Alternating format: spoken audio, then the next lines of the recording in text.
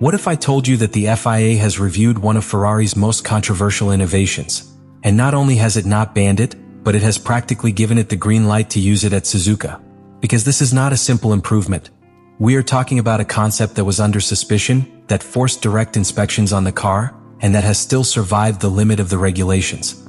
The most shocking thing is that the other teams have already seen it, they have already analyzed it, and they don't know how to stop it without changing the rules.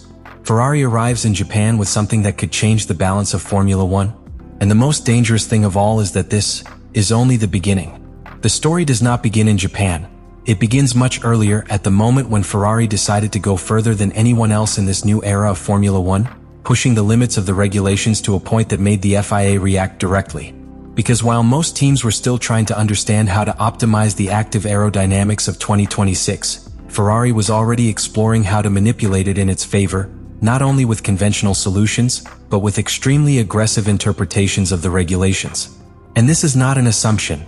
It is something that was clear since the pre-season, when the SF26 began to raise suspicions in very specific areas of the car. The FIA, upon detecting these movements, did not sit idly by. Direct technical inspections were carried out on the car, something that rarely happens if there are no clear indications that a team is operating in a gray area. The focus was on the floor, the flat bottom, and, above all, how Ferrari was managing the airflows around the cockpit. And this is where the real turning point begins. Because instead of finding clear illegality, what the FIA found was something much more dangerous. A concept that was on the edge, but within the rules. Ferrari had designed an aerodynamic package that took advantage of every millimeter of the regulations, especially in two key areas that have now become the center of all the controversy: the La Macarena rear wing and the halo appendages. The first, the famous flip-flop spoiler, is not a conventional spoiler. It is a system that allows you to modify the aerodynamic behavior of the car in real time by rotating its flaps, adapting to straight and curve conditions without depending on traditional DRS. This means that Ferrari could be achieving something that all teams desperately seek: low straight line resistance and high cornering load, without compromises. The second element, the small winglets in the halo, is even more delicate. Because it's not just about adding downforce, but about redirecting airflow to critical areas of the car, improving the overall efficiency of the package. But this was where Ferrari hit the most dangerous limit. In China, when this concept first hit the track, the reaction was immediate. After the initial sessions, the FIA intervened directly in technical discussions with Ferrari, which ended up causing the removal of these appendages before qualifying. And this is key to understand. It was not an official ban. It was a warning. Ferrari was not sanctioned, it was not disqualified, it was not forced to abandon the concept. He was simply asked to adjust certain aspects to ensure that everything remained within the parameters of the regulations. Meanwhile, the rear wing remained on the track. Not as a definitive weapon, but as a test bed. And this is where Ferrari shows its true play. Because while everyone thought that this system had been questioned or even rejected, the reality is completely different.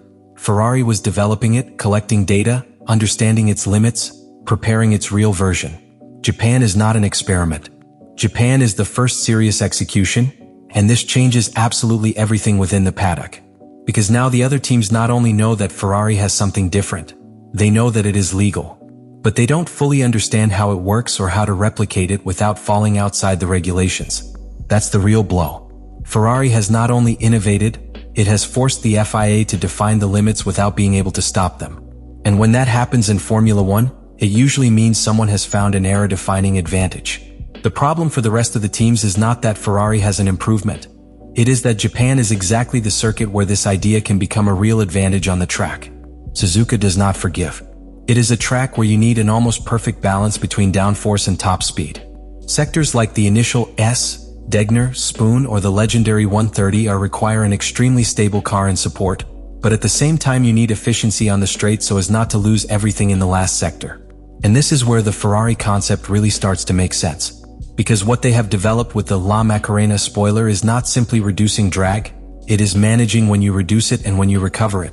On a straight line, the system allows you to unload the car, reduce resistance, and gain top speed without depending on a traditional DRS.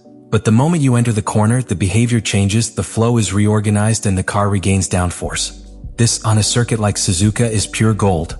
While other teams have to choose between going more unloaded and suffering in fast corners, or going more loaded and losing speed on the straight, Ferrari could be eliminating that compromise. And if that is confirmed on the track, we are not talking about tenths. We are talking about a structural advantage. But there is something even more important. Ferrari is no longer testing. In China, they used this package as a test bed, collecting data, understanding the limits set by the FIA, and adjusting the behavior of the system. What we will see in Japan is a refined version, specifically adapted to meet technical demands, but maintaining the essence of the concept. And this is where the factor that most worries the paddock comes in. The FIA has made it clear that it will not allow uncontrolled aeroelastic movements or tricks that simulate covert DRS. But as long as Ferrari can prove that everything is within the permitted active aerodynamic system, there is no basis for banning it. That is, rivals cannot do anything immediately. They cannot protest with guarantees. They cannot force the regulation to change in a matter of days. And, most critically, they can't copy it quickly because it requires understanding not only the design but the timing of the system. That leaves Ferrari in a privileged position at a key moment in the calendar, because Japan is not just any race. It is the point where the teams begin to define the real direction of the season. And while Mercedes continues to consolidate and other teams are still looking for balance, Ferrari could be about to take a leap that no one expected so soon. But this is where the story gets even more interesting. Because Ferrari is not, today, the dominant car. They are still one step behind in general terms. And that means this package isn't just an improvement, it's a necessity. They're betting everything on a technical interpretation that can get them closer to the top, or leave them exposed if it doesn't work out as they hope. And on a circuit as demanding as Suzuka, there is no middle ground. Or this innovation puts them fully into the real fight, or confirms that even pushing the regulation to the limit, it is still not enough. And this is where everything explodes, because Japan is not only going to reveal if Ferrari has done a good job, it is going to expose if we are facing the beginning of a real change in Formula 1. Because if this system works as Ferrari hopes, the impact will not stay in Suzuka, it will extend to the rest of the season. Imagine it for a moment. A car that can be fast on a straight line without sacrificing cornering. A car that does not depend on traditional solutions such as DRS. A car that has gone through the FIA filter and is still legal. That is not a specific improvement. It is a conceptual advantage. And that is the scenario that is generating tension within the paddock right now. Because if Ferrari manages to execute this package correctly in Japan, the other teams are going to face a huge problem. They don't have time to react.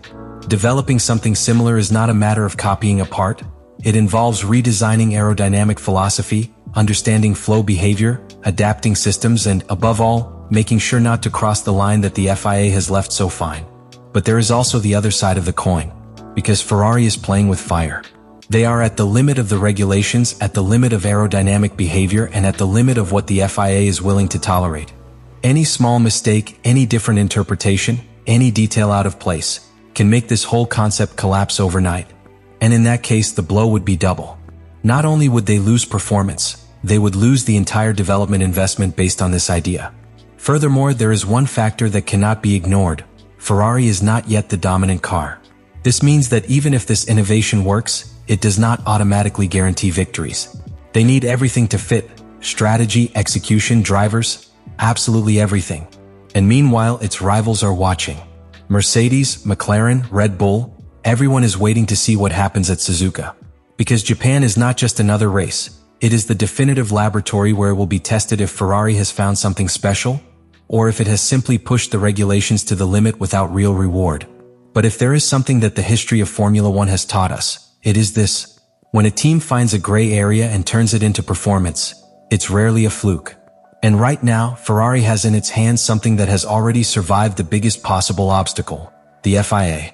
The big question is no longer whether it is legal. The big question is how quickly you can do them. Because if the answer is big enough, Japan will not be remembered as a simple race. It will be remembered as the moment Ferrari changed the game. Ferrari has crossed a line that very few teams even dare to touch. It has pushed the regulations to the limit, it has forced the FIA to take a position, and most importantly, it has come out of that process alive. But in Formula 1, surviving is not enough. You have to convert that advantage into real performance. Japan will be the point where theory meets reality. Where everything Ferrari has developed, everything it has hidden, everything it has perfected in silence, is put to the test on one of the most demanding circuits in the world. And there are no excuses here. Because now we know that it is legal. Now we know that the FIA has not stopped him. Now we know that Ferrari believes in this concept. The only question that remains is the most important of all. Is it good enough to change the hierarchy? If the answer is yes, Ferrari will not only have found performance, it will have found a path that others will take races to understand and months to replicate. But if the answer is no, so all this risk, all this technical aggressiveness, all this betting on the limit, it will have simply been a desperate attempt to close a gap that still exists. Japan is not going to be just a race. It's going to be a verdict. The moment when we will know if Ferrari has created something revolutionary. Or yes, even defying the FIA, it is still not enough to return to the top. Let me know in the comments what you think about all this.